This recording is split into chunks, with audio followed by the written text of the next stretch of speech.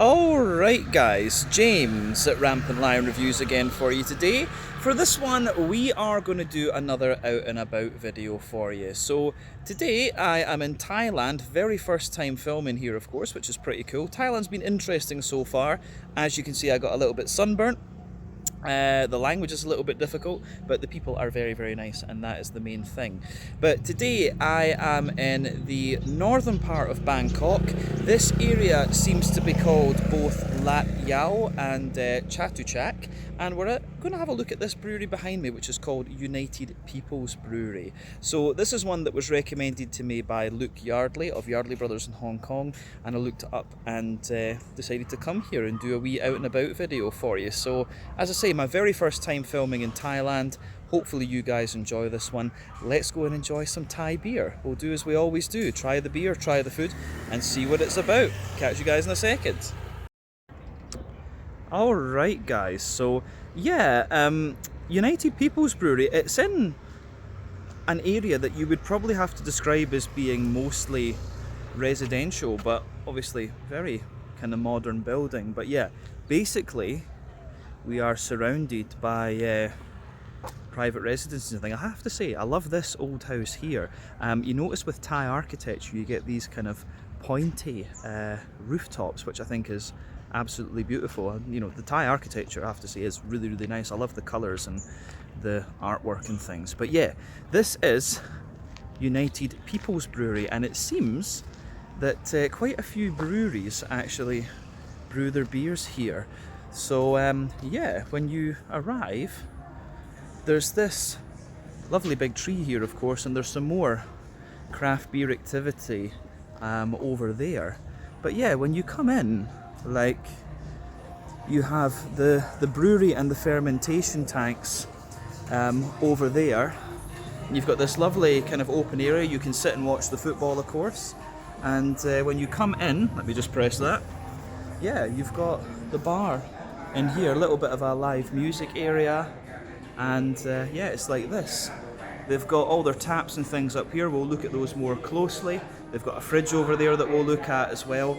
But yeah, let's go back outside, press this again, and we will have a look at our first beer, which was just emptied out of this glass. So you'll see the Chatuchak lager review in just a second.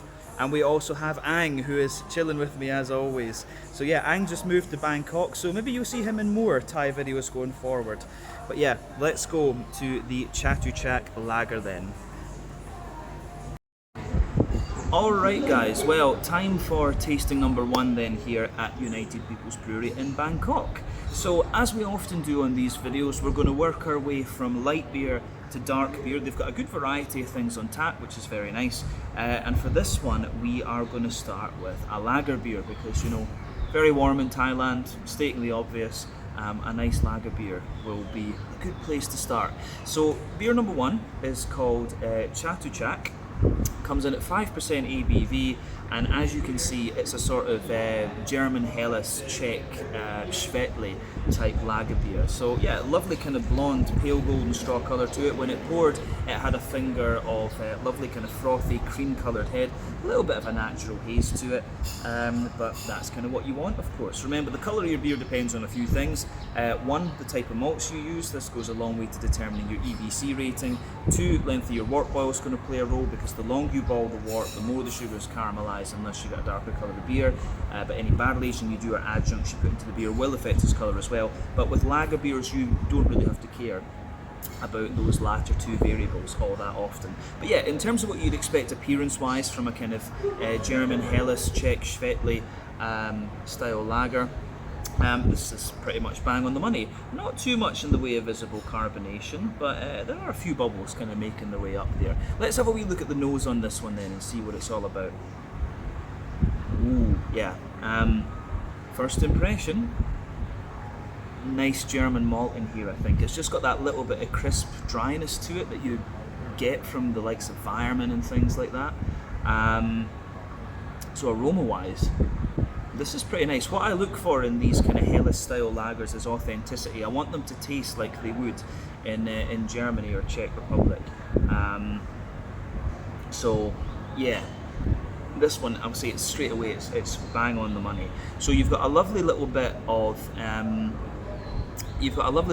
like fresh white bready bread crust in there, wee hints of wood and cracker as you very often get, but yeah, fluffy, fresh white bread. It's got that little bit of kind of crisp dryness to it. Going by the aroma, I wouldn't be surprised if there's a little touch of Pilsner malt in this one. Just a little touch if there is any, right enough, because you do get a wee bit of that kind of zippy dryness from the malt there, which is nice. But there's a little hint of, like, you know, McVitie's digestive biscuit. There's just a little hint of sweetness to this one. The yeasty side of the beer at the back of the nose, it's quite, you've got a little touch of brown bread to it, not a lot.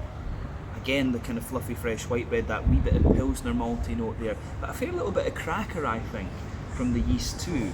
I'm pretty sure the hops in this one are German as well. You've got that lovely little bit of smooth earthiness in there, wee touch of herbal character, but a really nice bright but smooth floral aromaticity and grassiness to the beer. So yeah, the way that everything is kind of piecing together in this one, very much German Helles leaning, this beer for sure. Because if it was Czech, it would have a little bit more kind of spiciness to the floral aromaticity, but this one is very smooth actually. Fruity wise, it's kind of what you'd expect. There's a wee bit of like sultana, dried pear, apricot, things like that. Maybe a wee tiny hint of a gooseberry note. But yeah, the way that this one goes together, I think, is really pretty nice. It gives you all the thumbs up. It ticks all the boxes for an authentic German style Helles, this one. So yeah, let's have a taste of it and see what it's all about. The Chatuchak, hope I've remembered that name correctly, 5% Helles lager, brewed here at United Peoples Brewery in Bangkok. Slanja.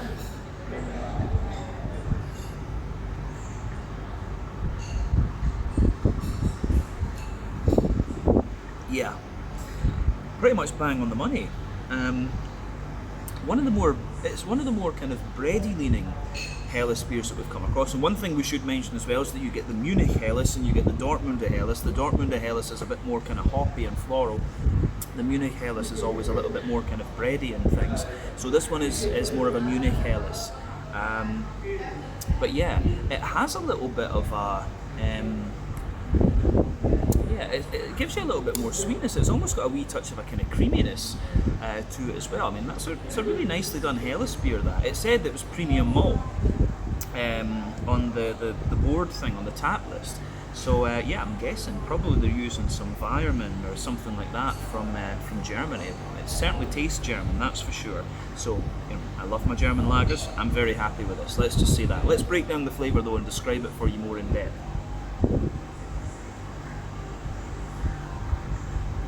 So yeah, backbone of this beer, you've got some lovely kind of fresh white bready bread crust in there. Yeah, it's got a,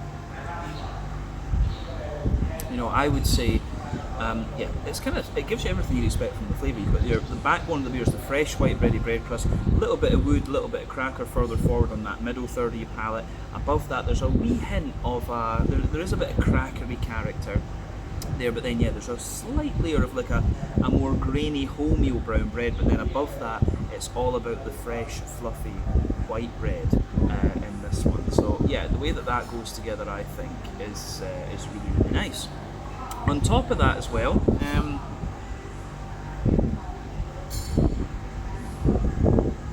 yeah, on top of that, in the centre of your palate, you've got that lovely little, you get a little circle in there where you get a kind of more concentrated biscuity note. That is of course the alcohol coming out of the beer, but surrounding that you get the more kind of crispy McVitie's digestive biscuity notes coming out of the beer. So yeah, that's really, really nice in this one.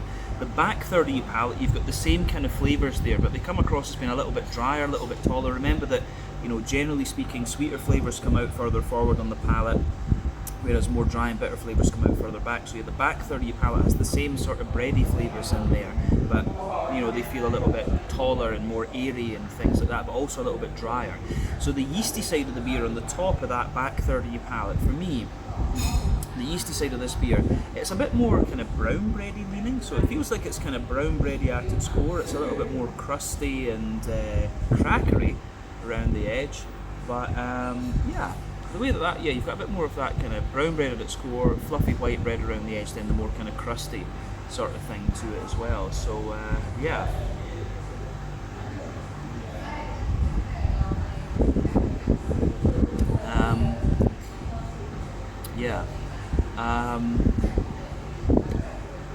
The yeasty side of this one kind of lingers a wee bit into the aftertaste too, so you do get a wee bit more dryness out of it into the aftertaste. But yeah, hoppy side of the beer then.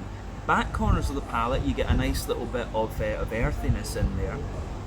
As you move further forward, there's a wee bit of a more woody, herbally type note. But yeah, as you push further forward toward the kind of front corners of your palate, it's a little bit more kind of, yeah, it's a little bit more along the lines of bright floral aromaticity. And round the front curve of your tongue, you've got a wee bit of a kind of zesty, grassy sort of character to it as well. So yeah, that I really do like about this one. So that gets a thumbs up from me.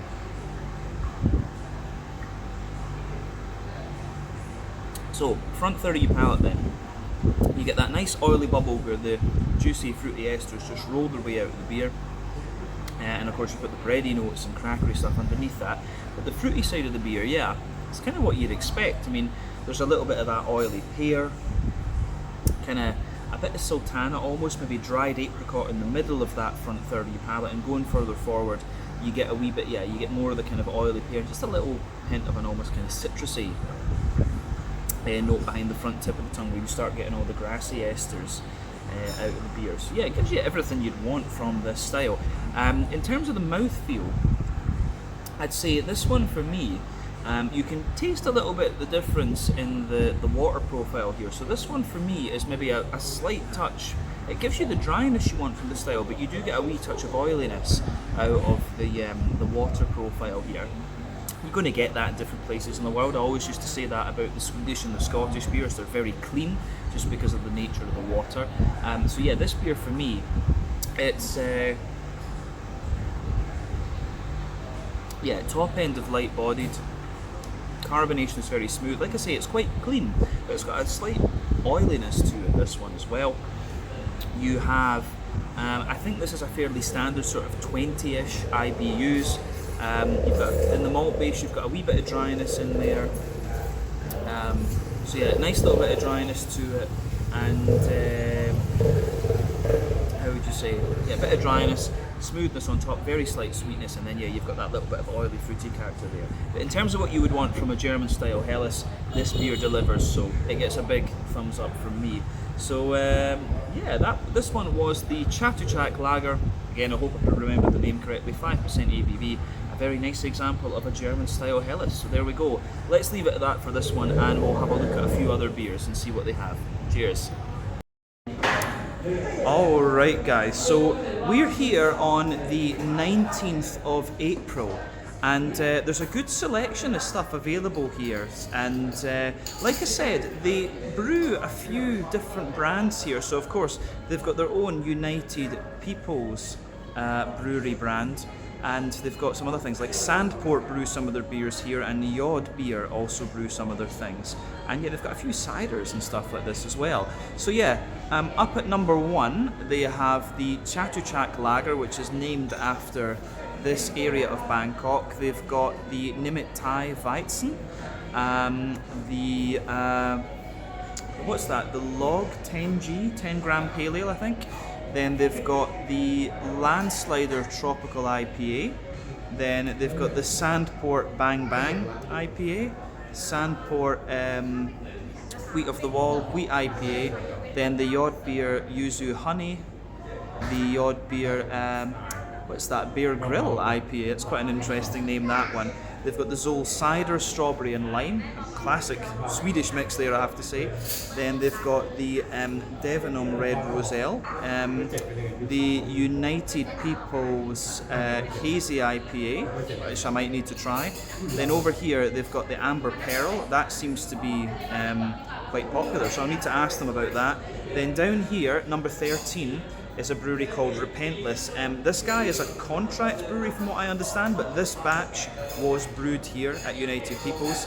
Then at number 14 they've got the Oatmeal Stout, and then yeah, they've got, you get free popcorn, self-service, and also some Wi-Fi. So Yeah, quite a good tap list here. Good variety, different styles. Obviously, with Thailand being pretty hot, it's mostly kind of light beers, blonde beers. But yeah, they do have a stout, so I think we'll try that one as our last beer. But let's see what else we can get then, because we've already done the Chatuchak lager. There we go. Alright guys, well, time for tasting number 2 then here at United Peoples Brewery. So beer number 2, we are going to go to something a little bit more kind of hoppy. So this one is called the Landslider IPA. I'm describing it as a tropical IPA in fact, but there's no fruit has been added into this one from what they tell me. But yeah, it looks pretty nice, this one. So in terms of appearance, it looks a little bit more along the lines of a West Coast IPA. So when it came out, it had a lovely foamy kind of half finger frothy head on it. That's faded away to be a bit of a thinner foamy layer now with that ring around the edge of the glass. But you can see it's got a lovely sort of blonde, golden straw type colour. Quite a little bit of carbonation visible in this one. But yeah, you can see the Thai writing on the front of the glass there, which is quite nice. And on the back, it says peace, love, and people who love beer. So I quite like that, I have to say. So yeah, nice looking IPA, this one. I'm guessing, as I say, this one will be more of a West Coast IPA. So for me, West Coast IPAs can lean two ways. They can be a little bit more sort of bready and biscuity, such as Pliny the Elder from Russian River, or they can be a little bit more sort of caramelly and oily, if you like, such as the Sierra Nevada Torpedo. Just going by the colour of this one, I think this is going to be a more kind of bready, biscuity sort of affair. But yeah, it looks like a very nice beer, this one. I've noticed the sort of clean, the West Coast IPA and pale ales seem to be quite popular in Thailand, although you do get hazies, but there's not the haze craze. I think we can say that for sure. But yeah, in terms of the appearance of this one, definitely looks more like a West Coasty type IPA. So let's have a little look at the nose then and see what we get from this one. Oh, this seems very, very familiar. I'm pretty sure New Zealand hops in this one, just because of the level of oiliness and stuff that comes out of it. But there might also be a wee bit of like Sabro or something like that in here. There's something just very, very familiar about the aroma of this beer. But yeah, nice big oily, fruity, floral West Coast type IPA, this one, but I'm pretty sure a bit of New Zealand hop in here. Reminds me actually of the Long White Cloud from Tempest Brewery back home in Scotland. I love their stuff. But yeah, anyway, backbone of this beer, lovely fresh white bready bread crust in there. Yeah, lovely fresh white bready bread crust, a little bit of wood, a little bit of cracker, as you very often get. There's a wee bit of a kind of, there's a little bit of a sweeter brown bread in the backbone there, but you've also got a really nice, yeah, sweet brown bread in there. A little bit of a kind of, you've got a nice white bready character to this one as well, which is actually slightly sweet. Again, it smells like it's European malt that's in here rather than American. It's not quite oily and sweet enough to be American malt, I would say. But yeah, some sweet brown bread in there, a good little bit of white bread. McVitie's digestive biscuity notes, sweet oily caramel as well. Yeah, everything you would want from the West Coast malt base. The yeasty side of this one, at the back of the nose, a little bit more crackery, but yeah, quite brown bready leaning, I would say. So yeah, there's quite a bit of interesting stuff going on in the malty and yeasty side of this beer then. So, with the hoppy side of things, as I've explained in many videos before, when it comes to hopping your IPAs, there are three types of hoppings you can do. Early edition hopping, which takes place within the first hour of the wort boil, that gives you the majority of your bitterness and a very deep dank green component. You've got late edition hopping, which takes place within the last half hour of the wort boil. That gives you a little bit of bitterness, but mainly flavour and aroma, and a very bright green component. Then dry hopping, which takes place after the wort boil is complete, and that is all about flavour and aroma, and again, very bright green component. West Coast IPAs tend to use all three types of hopping, which is why they're deeper, danker, and more oily. Hazy IPAs, New England's, whatever you want to call them, tend to rely on late edition and dry hopping, which is why they're softer and more juicy. So yeah. Anyway, so the the green component in this one, little touch of earthiness to it, big oily floral aromaticity, of course, nice kind of grassiness as well, but the oiliness is what makes me think it's New Zealand hop that's in here. So yeah, the way that goes together is very nice. The fruity side of this one, I want to say there's Nelson Sauvin in this actually. I want to say a bit of Sabro as well, because I'm getting a wee bit of that. I'm getting a little bit of kind of coconutty character, and a bit of the orange, which makes me think Sabro. But yeah, white, green, grapey, gooseberry notes, Nelson Sauvin all the way. But I think there's little bits of like apricot and maybe passion fruit or pineapple behind that. It doesn't strike me. There's maybe a bit of mango in there, but it doesn't seem quite ripe enough for mango in honesty. There could be a bit of like galaxy or something like that in there. But there's just something telling me, the way the oily notes come out of this, there's something telling me that it's New Zealand hops that are in here. But yeah, lovely smelling beer, this one. So let's try this one and see what it's all about. This is the Landslider Tropical IPA, 6.2% ABV, our second beer here at United Peoples Brewery. Slanja.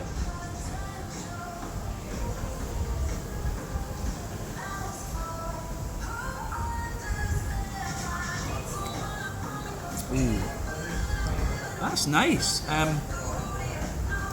Actually comes across, this beer for me is kind of nostalgic in a way. It's kind of like the beers that I had a good few years ago. So, and that's what I'm finding in Thailand. Like quite a few of the beers that I've tried have been reminding me of beers that I had a good few years ago. So it's almost like a nice wee trip down memory lane. But the quality of the stuff is good. It's solid.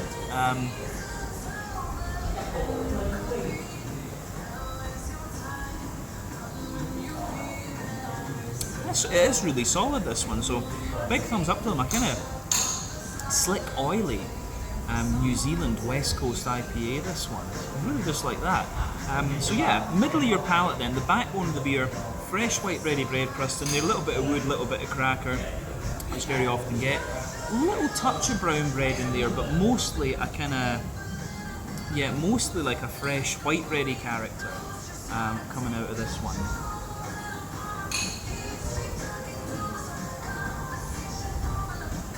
Yeah, mostly like a fluffy but kind of dense white bready character to the beer.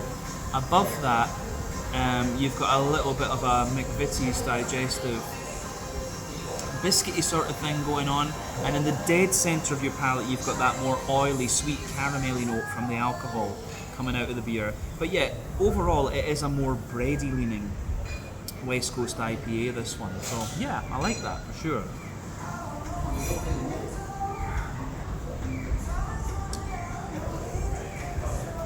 So yeah, the yeasty side of this one, at the back of the palate, the yeasty part of the beer is a little bit more brown bready. I get a bit more cracker and kind of bread crusty kind of character out of it for sure. So yeah, there's that little bit more of a brown bready dryness from the yeasty side of the beer at the back of the palate there.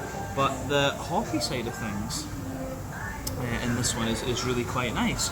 So, hoppy part of the beer, nice wee bit of earthiness in there from the green component. As you move further forward, earthiness could be mosaic right enough, but something just telling me, as I say, I think it's New Zealand hop that's in here.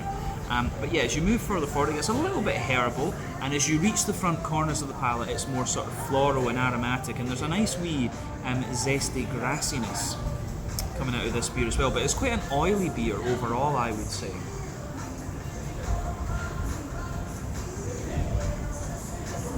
Yeah, green component is quite oily once again.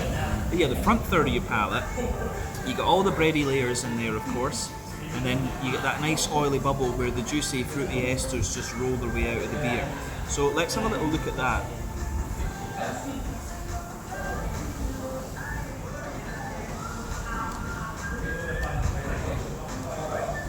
Yeah. So the fruity side of this one, I'm pretty sure Nelson Sauvin and a more orangey leaning hop in here. But yeah, I think I do want to say a bit of Sabro as well. But yeah, at the back of that front third of your palate, there's maybe a little touch of a kind of peachy sharpness, but yeah, as you move further forward, it's kind of passion fruity and apricot-y as you reach the middle of that front third of your tongue. and then as soon as you move into the front half of the front third of your tongue, like white, green, grapey, gooseberry notes, maybe a little bit of a coconutty character underneath. Nelson Sauvin, I'm pretty sure, is in here, and then on top of that, there's something a bit more orangey. So I think it could be Nelson Sauvin, I want to say either Sabro in Nelson Sauvin or maybe Mosaic in Nelson Sauvin, and potentially a more tropical hop. And it's the earthiness actually that you get in the hoppy side of things makes me want to say Mosaic, to be honest with you. So yeah, good tangerine orangey note with this one, and then a more white, green, grapey, gooseberry sort of character underneath on the front of that front third of your palate. But nice, as I say, oily, bready West Coast IPA, this one. Mouthfeel wise then,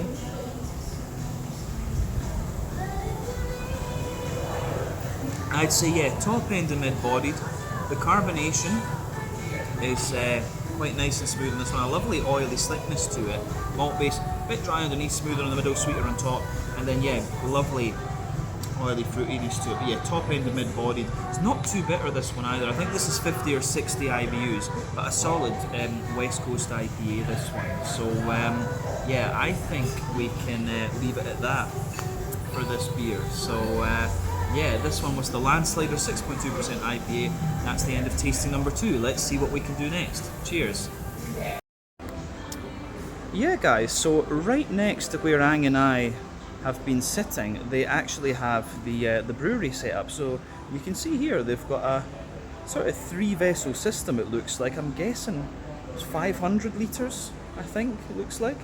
They've got this 3-vessel system there. There's the mash tun on the right, the boiling kettle there in the middle, and I'm guessing this is, I don't know, will this be a bright beer tank? Not 100% sure. But yeah, they've got quite a few fermentation vessels here. They've got 5 here, 2 more there, and if you come back here, you can see that there's another row just behind that. It looks like maybe another 4 or something. So yeah, this is a really nice, just very small brewery setup, but the beer scene is just kind of starting to kick off here in Thailand. But United Peoples, definitely a place you should come and check out and try some of their beers. There you go. Alright guys, well, time for tasting number 3 then here at United Peoples Brewery. So for beer number 3, we are going to try one of the Sandport brand's beers. They brew quite a lot of the stuff here from what they tell me. So I thought this one could be quite interesting because it's a style that we don't come across all that often. And I've just noticed in the camera I look very burned from this particular angle because the sun is over there.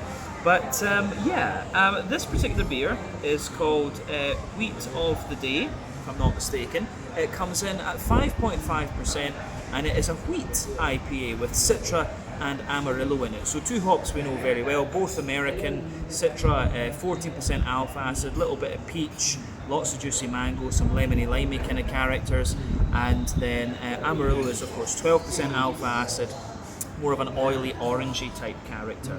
But yeah, I think the definition of a wheat IPA is that it has to be about 30%, 30% or so of the malt base has to be wheat. So I've heard these being called white IPAs and wheat IPAs. WIPA is another term I've seen for this particular style of beer.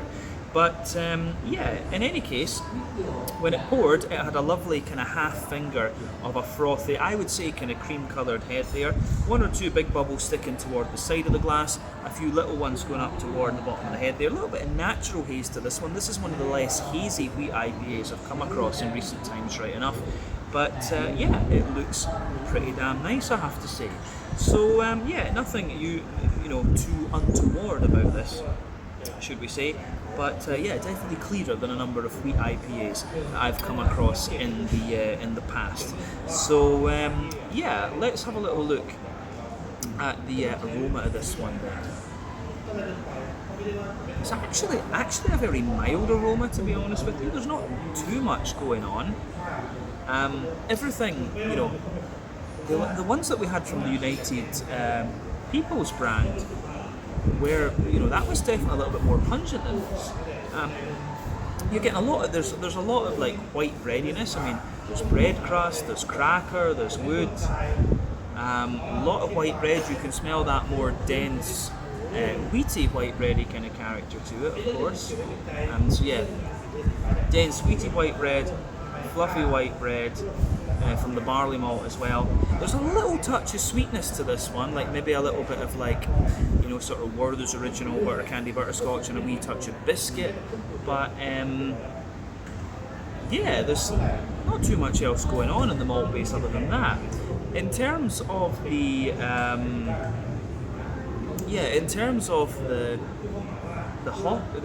yeasty side of the beer, for me, there's a little bit of, I would say, there's a little bit of kind of like almost a sort of banana bread type note. So you've got that little banana kind of note to it, lots of white bread in there, a little bit of bread crust and things. Yeah, a little bit of bread crust, a little bit of banana bread, a wee touch of cracker maybe. But yeah, the malty and yeasty side of this one is really nice actually. It gets a big thumbs up from me. Yeah, it's good stuff. In terms of the green component then, there's a teeny little bit of earthiness there, nothing really to write home about. Wee bit herbal, but lots of nice floral aromaticity, quite an oily and slightly zesty grassiness too. I think it's Amarillo that's going to give you the more oily character in this one. But yeah, the green component is more oily in this, I would say, that's for sure. In terms of the fruitiness, if you know Citra and Amarillo, this is giving you everything that you'd expect in all honesty. There's a nice little touch of peach to it. Lots of juicy mango, of course, wee hints of like passion fruit and apricot and stuff like this. Maybe a tiny hint of pineapple, but lots of oily, quite zesty orange, and that's the Amarillo that's going to give you that with this beer for sure. Yeah, aroma-wise, this one is very, very nice. So yeah, let's have a taste of this one then. So this one is the Sandport. Was it Day of the Wheat? It was called. I actually forgot the name of this beer. Let me just pause a little second and I'll take a quick look. Yeah, so I just peered through the glass and I thought it was weird. This one is Wheat of the Wall, 5.5% ABV from the Sandport brand. Let's get stuck into this one. Sláinte, skål.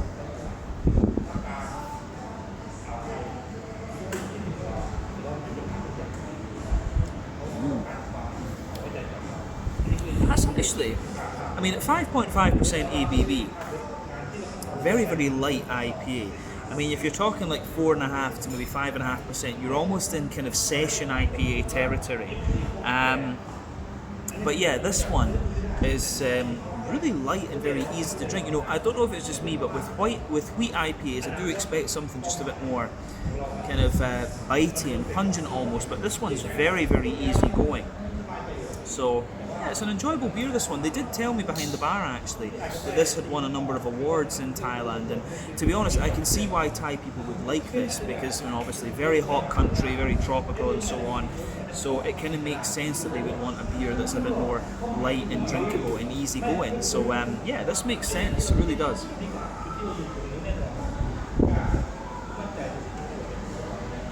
And it's a solid beer once again. Yeah, so backbone of the beer, fresh white berry bread crust in there, absolutely. Further forward, little touch of woodiness, a little bit of cracker, and on top of that there's a slight hint of like a fresh white bread, sort of more brown bready character. Then the barley malt white bread is there, the more dense sweety character out of this one. It does get a little bit more bitey further back on the palate, which is nice. But yeah, dense and smooth. White bready character on top of that. In the dead centre of your palate, you get that little circle there where you get a little hint of Werther's original butter candy butterscotch, but the pungency of the wheat kind of pushes through that a little bit. There's a wee hint of biscuit in there, but yeah, I think that covers everything we really need to say about. Yeah, that covers everything we really need to say about the malty side of the beer. The yeasty side of this one, it's more like a kind of dense white bready character that comes out of this. So yeah, dense white bready note in there in the middle. And it's got a bit more of a kind of farmhousey, crusty sort of bready character after that. So yeah, the way that goes together is quite nice. A bit cracker to it as well, for sure. So In terms of the green component then, for me, the green component of this beer, hoppy side of things, a little touch earthy in there, but yeah, as you come further forward, you get a wee bit of pine resin underneath this one. This beer does show you more bitterness into the aftertaste, so probably a little bit more early edition hopping coming out of this one, that's for sure. But as you move further forward, a little bit more floral aromatic spice, then around the front curve of your palate, it's a little bit lighter and more sort of grassy and zesty, I would say. So yeah, the way that that goes together is quite nice. It's not too zesty, but yeah, you do get a little bit more bitterness out of this one, that's for sure. In terms of the fruitiness then, front third of your palate, all the bready character is of course lying underneath that.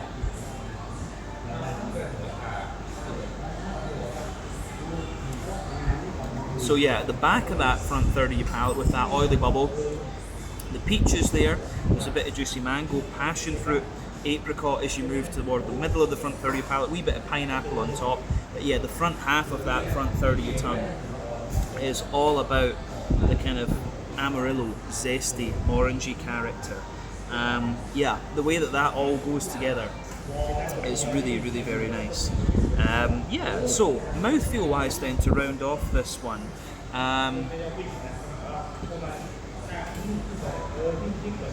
for me, quite a light bodied beer. It's kind of bottom end of mid bodied, top end of light bodied. Carbonation actually does have a wee bit of crispness to it in this one. The beer does have a wee bit of dryness to it as well. In terms of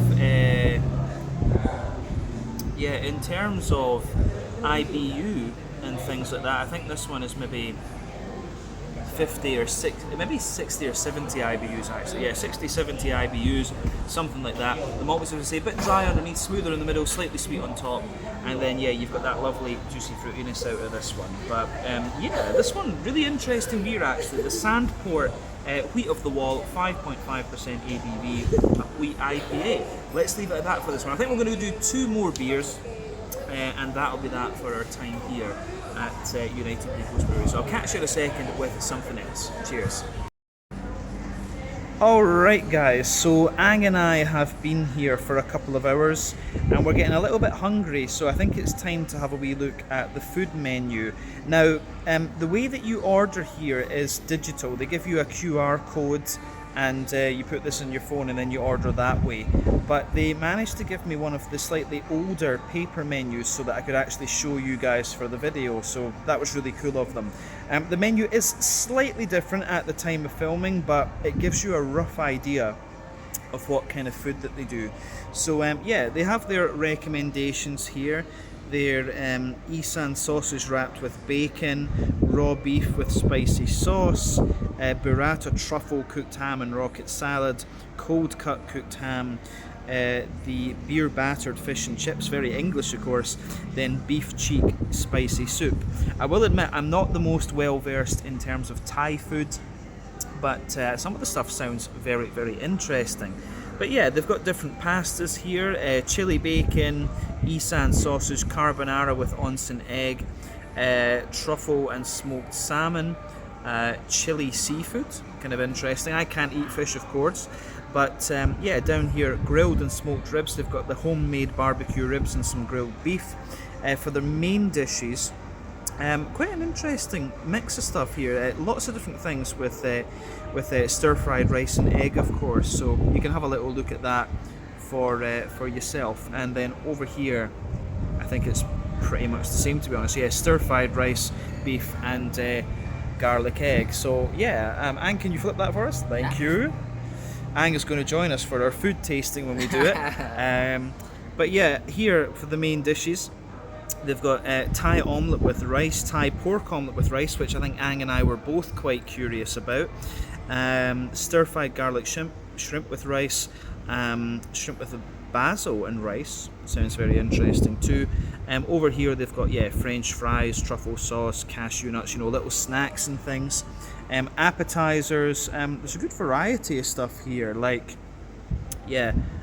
fried pork and vegetable spring rolls, pork belly with fish sauce, spicy fried pork belly, the camera's not focusing, deep fried chicken joints, fried chicken wings, Up here, yeah, other dips with different sauces and things like that.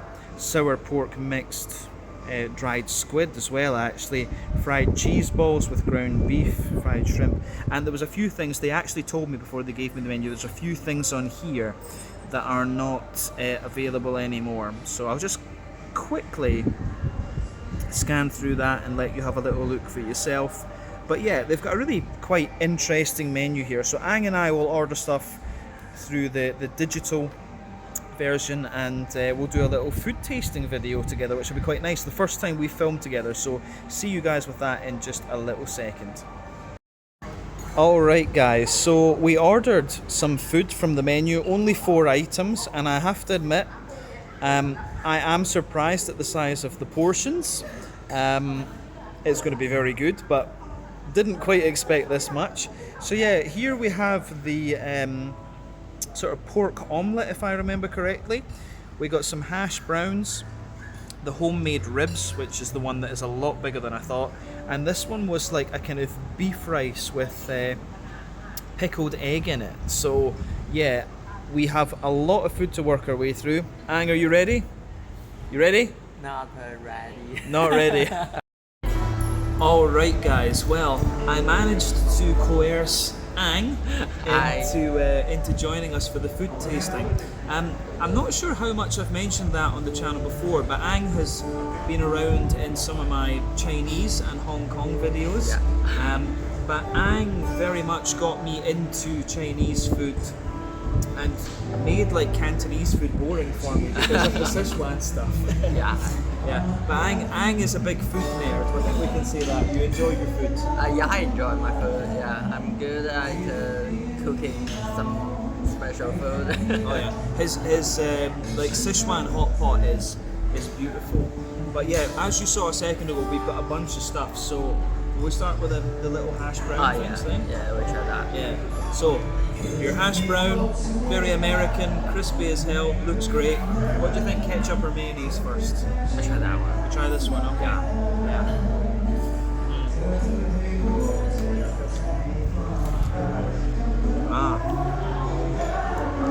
Really soft potato though. Yeah, soft inside.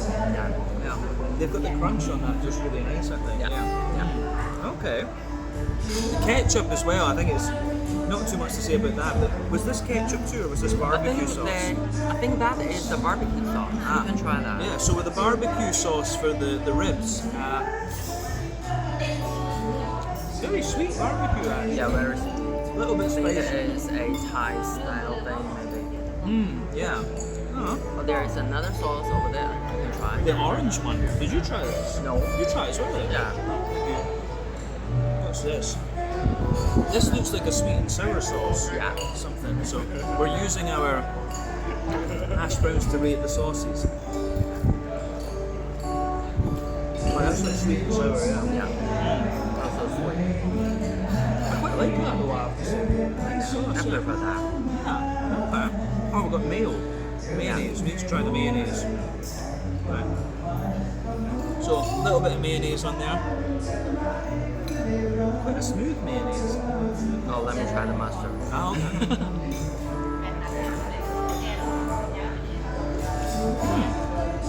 Yeah. The mayonnaise is quite smooth, not too sweet, not too garlicky. Yeah. No.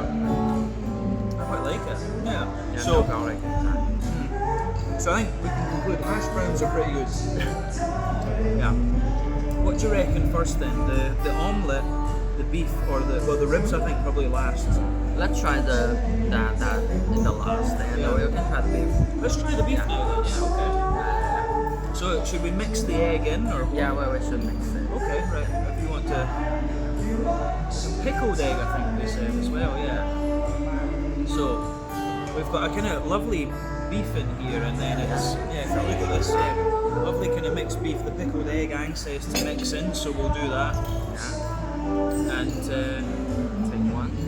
yeah, so try the beef on its own, then a bit with the rice, I guess. Yeah. Okay, right. So the beef on its own, nicely cooked as well. You have to say that, like lovely and a bit of pink in the middle. So Yeah. Also garlic inside.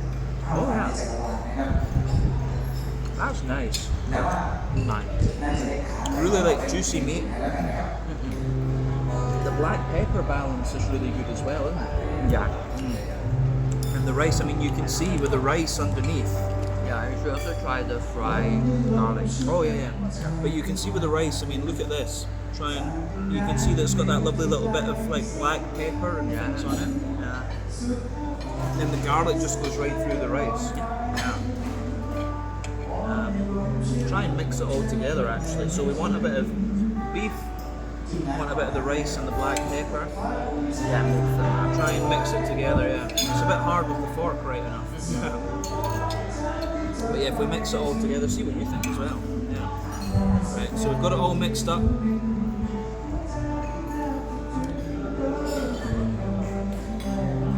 That's good. Yeah. The pickled egg isn't too strong either.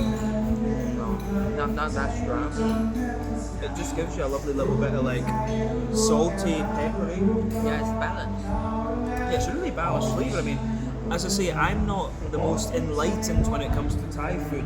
Do you know quite a lot about Thai food or not so much? No, okay. But I mean, well, so as someone who's very good with Sichuan spicy as hell food, Yeah. and someone who'll try everything except fish, I think that's pretty nice. Yeah, it's pretty The beef, what was it? Beef pickled egg, garlic rice. It's Yeah. some kind of mix of that, but very, very nice. Should we try the omelette? Yeah, I will try the omelette. Okay, so this one, I think it's rice underneath, but you've got this kind of omelette egg on top. Yeah. Should we just? I think we just take a chunk of this, don't we? I think it should be. Oh, it's just omelette and rice, yeah. Okay. So No pork inside? I think the pork is in the Mix egg. it with the egg. I think the pork is in the egg. So if you look at this, you you kind of chop the top off of this. Yeah, it's the pork is inside the egg, and then you kind of it's just plain rice. So yeah, want to grab a bit of this? See what you think?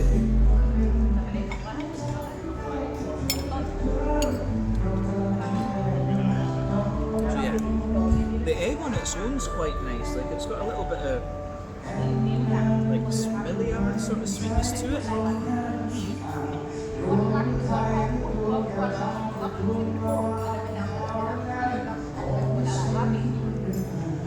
Yeah, you can taste the kind of pork juices throughout the egg. Yeah. Yeah. You can taste the pork inside. Really nice omelette incidentally. Even if you did the omelette on its own, It's it'd be soft. really enjoyable. Yeah. Really nice.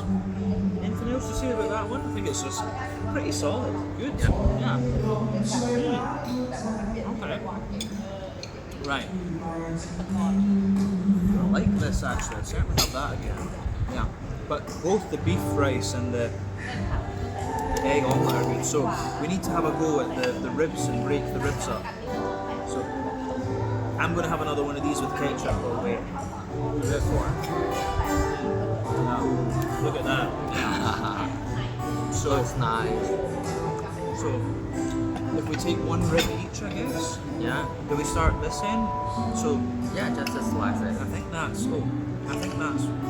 but that's not got much meat on it. So this is one.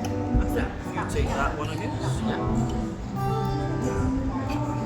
Yeah, and then I'll take the next one. Yeah. Okay, here we go. You take those two then. I think this, yeah. Yeah. Oh yeah. Your hands are going to get messy with this, by the way, but yeah, let's just do it. So, look at this thing. Looks very nice. What do you think of the sauce in this one then, Anne? Ooh. Lovely sweet. Yeah. The sauce is like, would you say more American or is it got a bit of an Asian?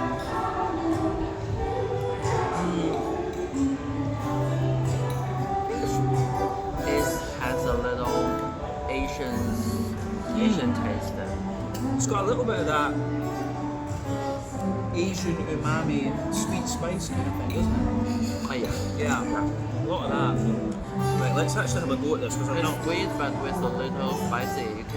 Everyone can take that spicy, not that strong. The sauce is beautiful, yeah, for me, sweet, spicy in the aftertaste. Just really nice. So let's actually take a bite of the meat then and see what we get. Yeah. Oh yeah. It's really good.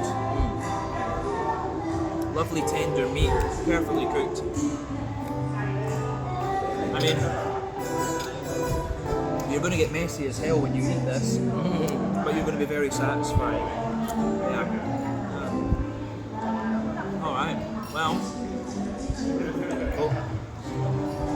little bit of bone there. Yeah. But yeah, I'm very happy with that. Yeah, me too. Yeah. Anything else you want to say about the food? Yeah, I really enjoy that. Yeah, the food is very good here. We had a little. I think these two we could consider Thai. This is more American, and so is that. Yeah, this one should be That's American. Yeah, American but with Thai taste sauce. Oh yeah, Thai. Yeah, more of a Thai, like a Thai twist on the American sauce. Yeah. So I think we had a good balanced look at that. I think a mix of Thai and the Western food. And so I think we can safely say if you come here to United Peoples Brewery, you're going to get some good food. Yeah. All right. Big thank you to Ang for joining for this section. I think, as I say, we'll do 2 more beers, and we'll leave it at that for this video after that. But They also offer the free popcorn, right? oh yeah, I think we'll try some popcorn later. Yeah. All right. Catch you guys in a second with something else. All right, guys. So yeah, they have a fridge full of Thai beers that we should have a little look at. There's some quite interesting stuff here. So yeah, Sandport. This one, the Samaki Lager. You can find that quite easily in different supermarkets and things like that. Then they've got this brewery here as well, Yod Beer, which I've seen that around a little bit too. Tao Pip Hot Ale Project. That's a new one for me, a pale ale there. This brewery as well, Fibok. These guys have got some really lovely artwork, I have to say. Very like almost psychedelic heavy metal. Then down here they've got a bunch of beers from Sandport, which is kind of cool. Then over here they've got Devanom, who seem to do sort of sour beers as well. Then this brewery here, it's Motto Beer, I think it's called, an underdog beer. Then down here, Chiang Mai Brewery. They seem to have been around for a wee while actually, and they've got quite a few different things as well. Then over here, more Devanom stuff as well, and also Nontha Brewery Mead, which I think is brewed. Yeah, the Devanom stuff seems to be brewed in Nontha Brewery, which is one of the districts. Can we call it a district here of Bangkok? Then down here, they have this brewery as well. I'm not sure which brewery this is, but yeah, they've got a few kind of wines and things like that as well. So a good selection of stuff that you can take away if you so desire at United Peoples Brewery. So there we go. We might take 1 or 2 of these away with us. Right guys, well, time for our 4th and penultimate beer tasting then here at United Peoples Brewery. So beer number 4 is going to be the same style as beer number 2 actually, but a little bit stronger and a different brand. So this particular beer is called Bear Grill. It comes in at 6.7% ABV, and again, it's a West Coast IPA. So when the beer poured, it had a lovely, just under a finger of a frothy kind of cream coloured head there. You can see with this one, if I put my hand behind it, it has a little bit more of a kind of amber hue to it. So that tells me that in comparison with the, what was it called again? The Landslider, if I remember rightly, from the United Peoples Brewery brand. This one will be a little bit more sort of oily and caramelly, if you like. But yeah, this beer is pretty much crystal clear. A good little bit of carbonation visible on it, and yeah, it looks very, very nice. Not much else we need to say about the appearance of this one, so we can go and get started on the aroma then. I'm quite curious about this actually.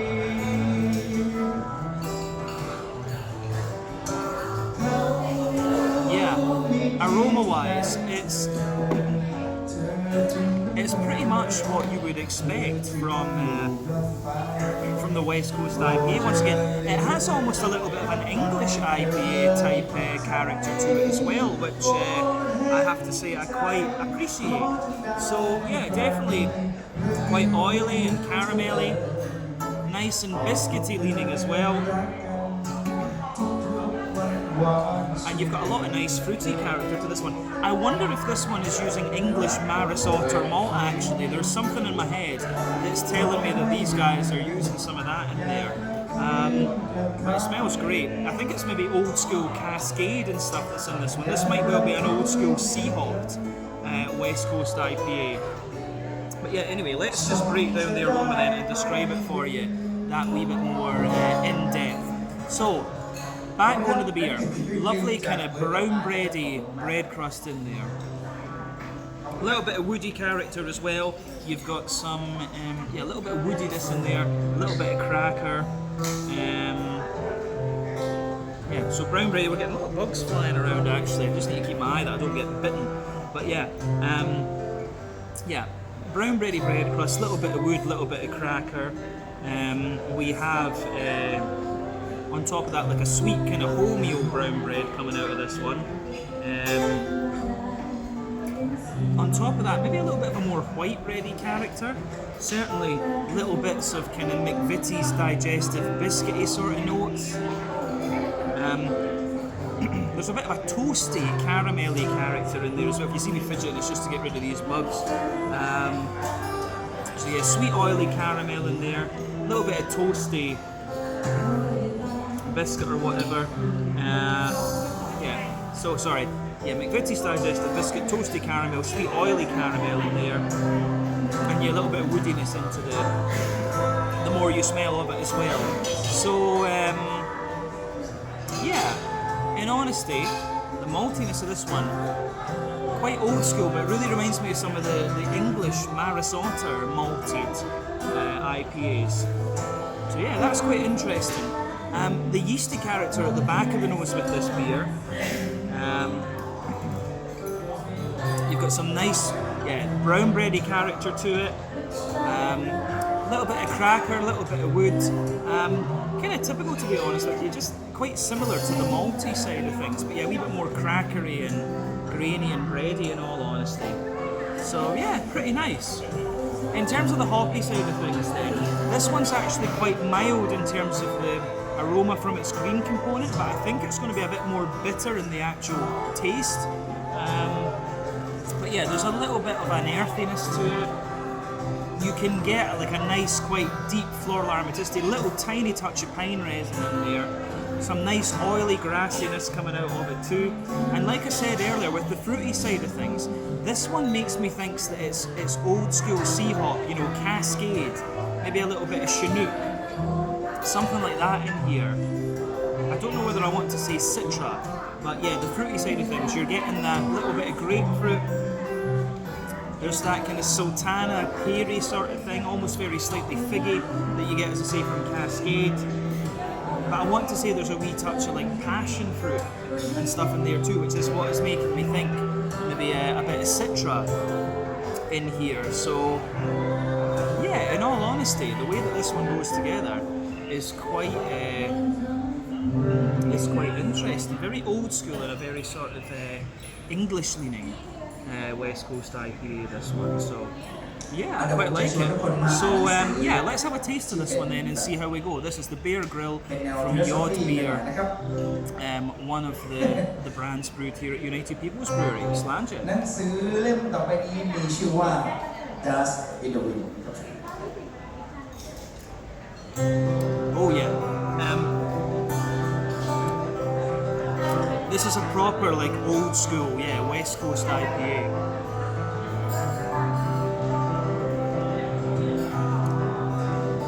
Yeah, for sure. Yeah, proper old school West Coast IPA. It does have a wee bit of an English element to it, but yeah, in all, it's really quite nice.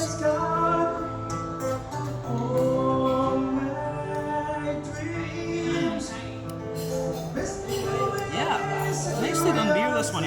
it draws a good line between being an American West Coast IPA and being like a slightly more old school and English. It's got the more English malty type character to it, but more of an American hoppiness.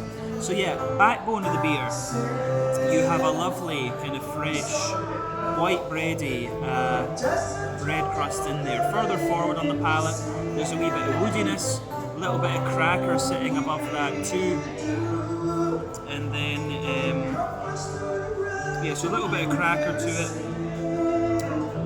a little bit of woodiness, and then yeah, above that you get a layer of like a kind of wholemeal brown bread coming out of it.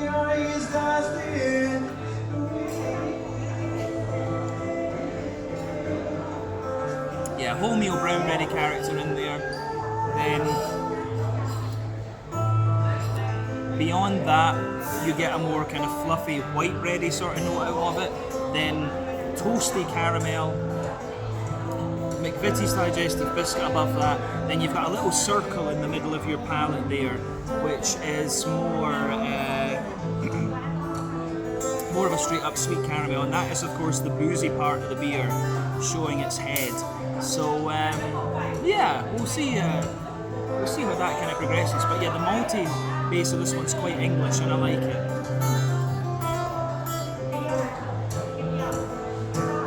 But yeah, back third of your palate's quite similar. Brown bread crust in the base, the cracker, the brown bready notes, the white bready notes, a little bit of the toasty caramel creeping over the top. Then the yeasty side of this one, brown bready at its core, a little bit more white bready around the edge, and more like a toasty bread crust around the very edge of it. So yeah, malty yeasty side of this one, very English leaning, I would say. So yeah, in terms of the hoppy side of things then, this beer shows you more bitterness into the aftertaste.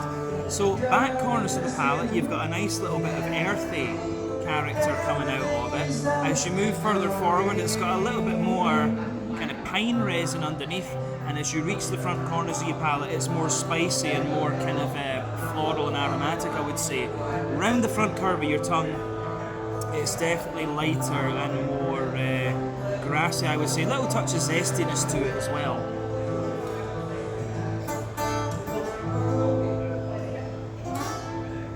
ขอบคุณครับนั่นนี่ก็คือ Just in the Wind นะครับ ก็ Yeah. เชื่อว่าน่าจะเป็น I don't know if there's much else to say about the green component, but the fruity side of things, like I was saying before, it is very like old school sea hop. Like at the back, on that front third of your palate, you get the bread underneath, of course, then that oily bubble where the fruity, juicy esters roll their way out of the beer. So at the back, you've got a little bit more of a kind of grapefruity note coming out of the beer. Then yeah, as you move further forward, from that, it's got a little bit more, there's a little bit of a kind of peachy, mango-y sort of note and passion fruit underneath, but then yeah, you've got pear, sultana, kind of figgy notes, and yet into the front half of the front third of your tongue, there's maybe a little touch of orange coming out of this one too, so yeah, maybe a little bit of limey character just behind the front tip of the tongue, so yeah. Properly old school West Coast IPA, this one. But not a bit less caramelly and chewy than I thought it was going to be based upon the appearance. But yeah,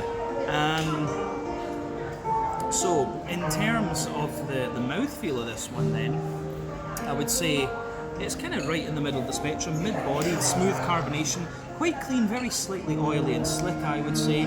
IBU-wise,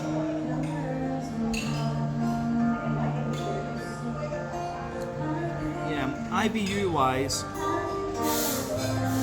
this one is quite, it's a bit more bitter, maybe 70 or 80 IBUs, and the bitterness builds into the aftertaste. The malty character, a bit drier underneath, smoother in the middle, slightly sweet and oily on top, and then yeah, your fruity character is quite oily and a bit zesty into the aftertaste too. But all in all, quite an old school West Coast IPA, this one. English malt base, American oily hops.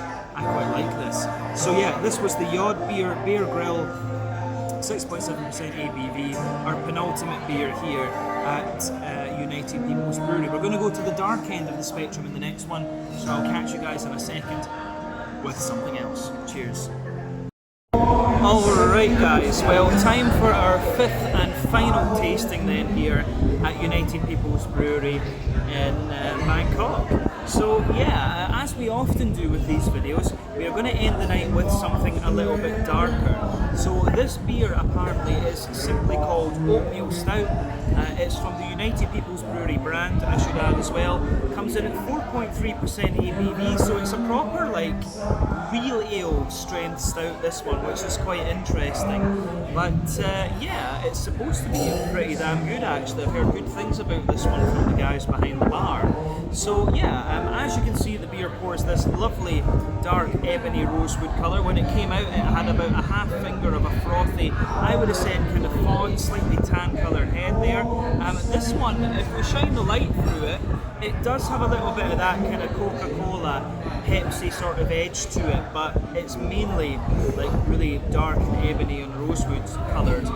There's not really much in the way of visible carbonation to this one. You can see a few bubbles kind of breaking the surface, but yeah, there's not too much to report in that particular regard. But in terms of what you would expect appearance-wise from a stout, this one pretty much has it all. So yeah, I think we can move on and have a little look at the aroma of this one then, and see what it's all about. Oh yeah, I'm going to say straight away, the aroma of this one is really pretty damn nice, very rich, gives you that kind of big creamy bready sort of thing you expect of an oatmeal stout. I think this is going to be good. I think this is going to be one of these beers where, despite its low ABV, its flavour is going to really kind of punch above its weight almost. So yeah. So for me,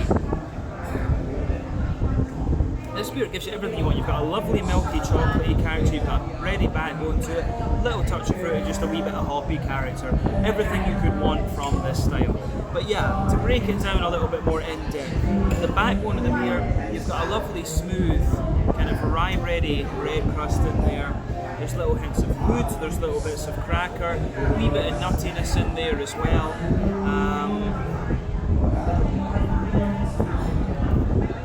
So yeah, a little bit of wood, a little bit of nuttiness. On top of the crackery layer, you've definitely got an element of kind of rye bread coming out of this one. Then above that, you've got a more like wholemeal German pumpernickel type bread. And then above all of that, you start to get the kind of chocolatey and brown sugary notes.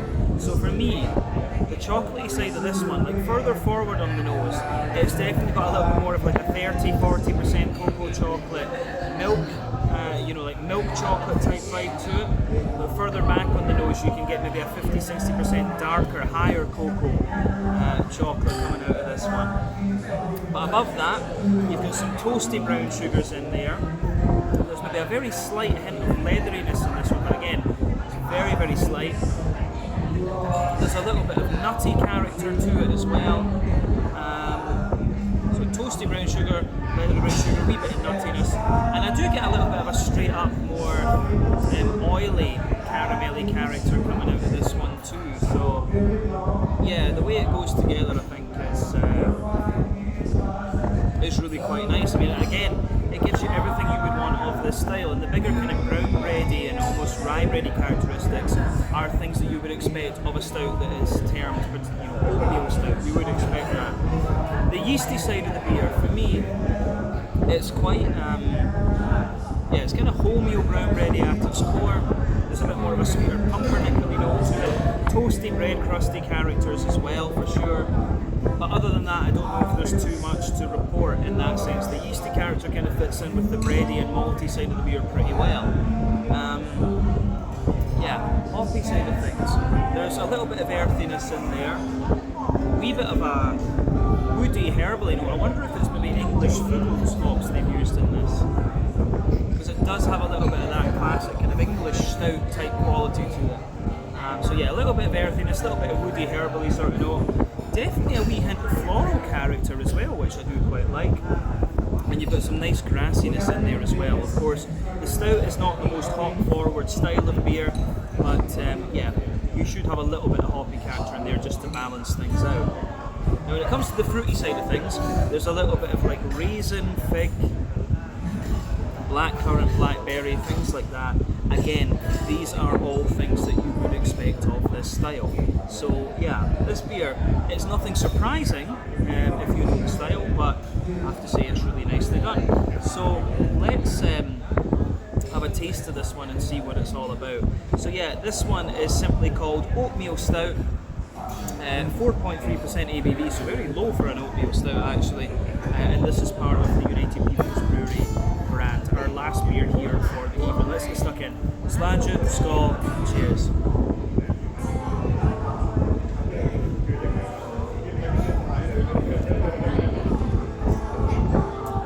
That's nice.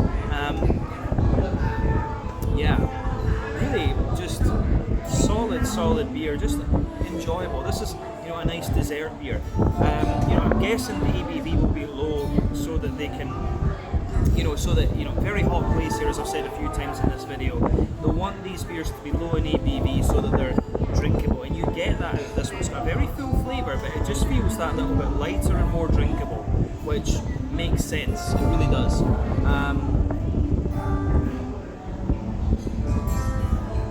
Yeah.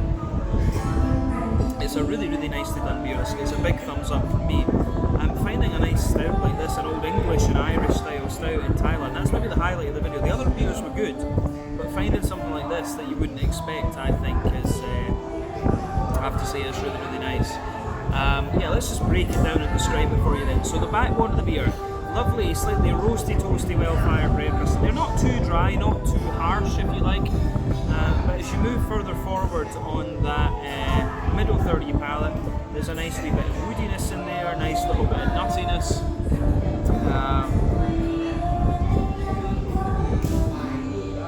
Yeah, there's that nice little bit of woodiness in there, a wee bit of nuttiness. You've got a bit of cracker, and above that you've got a kind of rye bready layer coming out of it, which is great. A wholemeal brown bready layer above that, which is really nice too. And then yeah, you've got that toasty, you've got that little bit of toasty brown sugary character sitting on top of that. I'm trying to figure out whether the kind of brown wholemeal bready characters have the chocolate in between the brown sugars or what, but yeah, it all goes together really nicely. So yeah, I think above the brown bready character, you've got a more, yeah, you've got a little bit of a more, I would say, kind of, yeah, further forward on that middle 30 palate, you've got more of a 30-40% cocoa milk chocolate kind of character coming out of it, but further back, yeah, you've got 50-60% cocoa chocolate in there. Above that, you've got some roasty, toasty, brown sugary notes. Maybe a very slight leathery brown sugar in this one as well, which is usually an indicator of a slightly longer wort while. But in the dead centre of your palate, you've got a wee bit of that more kind of sweet, oily caramel coming out of it, and the nuttiness comes out into the aftertaste too, which is really nice. So yeah, the way that everything goes together in this one, I think, is really nice.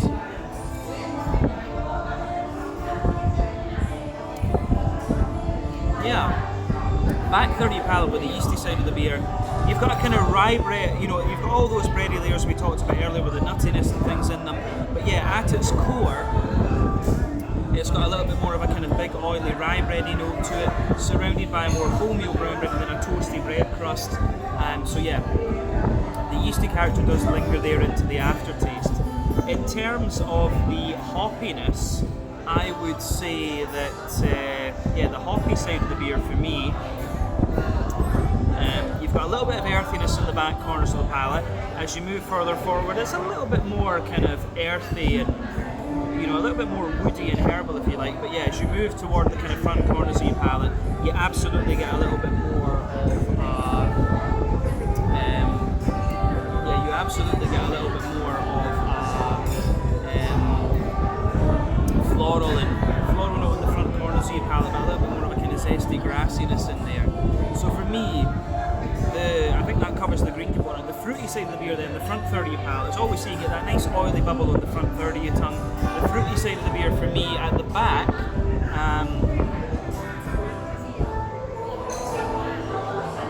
yeah, it's a little bit more kind of plummy. So yeah, there's definitely there's a bit of raisin on top, some plums. As you move toward the middle of that, as you move toward the middle of that front third of your palate, it's got a little bit more of a kind of juicy figgy note, and then it's black currants underneath, and then more juicy black berries sitting on top of that. So these are all things you would expect of the stout. In terms of the mouthfeel,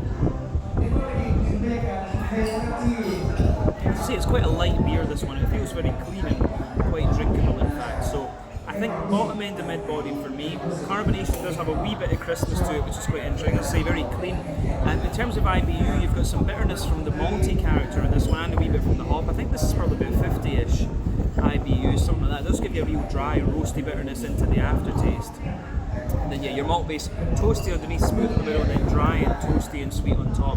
And you've got that lovely sort of fruity character coming out of it as well.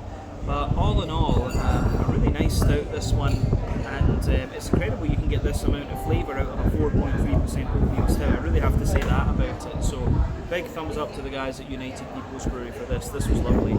So I think we can leave it at that for this one. One thing I also want to show you before we go out of our final tasting then here is the little beer mats that they have. I like this. It's kind of copying the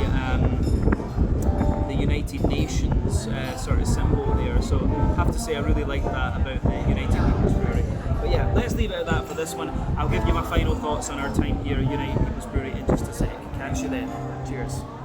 Alright guys, so right next to the beer fridge they've actually got a little bit of merchandise here from the different breweries. So you can see Sandport Brewing Company, there's another Sandport shirt just behind that, which is this one here, a black one. Not sure how good the camera work is going to be here. Then they've got this one, which is pretty cool. Not sure what brewery that's from actually. Then another one here. This one, pretty interesting. I have to say the style of artwork's very unique actually. Then they've got this one, an Under Armour shirt, the University of Beer. I have to say I quite like that. Then another one from Sandport. And the last one, the United Peoples Brewery. I have to admit, I like this symbol that they have. It's kind of the United Nations of beer. It's almost like that. So nice little mix of merchandise here at United Peoples Brewery. So let's leave it at that for this little segment. Yeah guys, so just another little thing, if you come out the back of United Peoples Brewery, they've got this little Japanese kind of izakaya stand here, which is really cool. And they've also got this little area that you can come and sit in as well. And obviously, as you've heard in a couple of the videos, they've got some live music tonight, which is really cool. So very cool, I have to say. Alright guys, well that is the end of our time then here at United Peoples Brewery in Bangkok. So Ang and I had a really nice couple of hours here. I think in total we spent maybe 4 or 5 hours at the brewery. I got to try 5 different kinds of beer. The lager that we started off with was really nice and authentic and German. We got 2 West Coast IPAs in there as well, one of which was more kind of bready, the other one which was a little bit more kind of caramelly and biscuity. We had a white IPA in between those, of course, and then we finished off with that lovely oatmeal stout, which I was really impressed with actually. Lots of flavour for a beer that was so low in ABV. So the quality of beer that they're producing here is really pretty damn good. Ang and I both really enjoyed the food, and it was great to have Ang on a video and actually do a little segment with him. I really enjoyed that. So hopefully that is something else we can continue with going forward on the channel. But yeah, in total, we ended up splitting the bill. It came to about 4,400 baht, which translates to about maybe about 1,100 Hong Kong dollars. So I think in total we both paid about 550 Hong Kong dollars, something like that. So that's about £55 sterling, 60 euros, maybe $65 American, something like that. Ang bought a bunch of beers to take away. I bought 2 to take away as well. Obviously I had the 5 to drink, he had 2. So yeah, all in all, pretty good value here as well for what you get. The food is great, the beers are really nice. You've got a few different brewers involved at this brewery as well. So it is definitely worth coming to visit. But a lot of people have told me very good things about United Peoples Brewery, so yeah, if you find yourself here in Bangkok, take a grab, come up here and check it out. But yeah, I hope you guys have enjoyed my first out and about video that I filmed here in Thailand, and hopefully we can do a few more going forward. But you can look forward to some sit down reviews of Thai beer when I get back to Hong Kong, so keep your eyes peeled for those. But thank you for watching. Check out my social media, check out United People Brewery social media. Big shout out to their staff as well, who were really nice and looked after us very well. Come here and check out this place for yourself. Until the next time, Slange, Skål, cheers, and see you later. Ciao just now.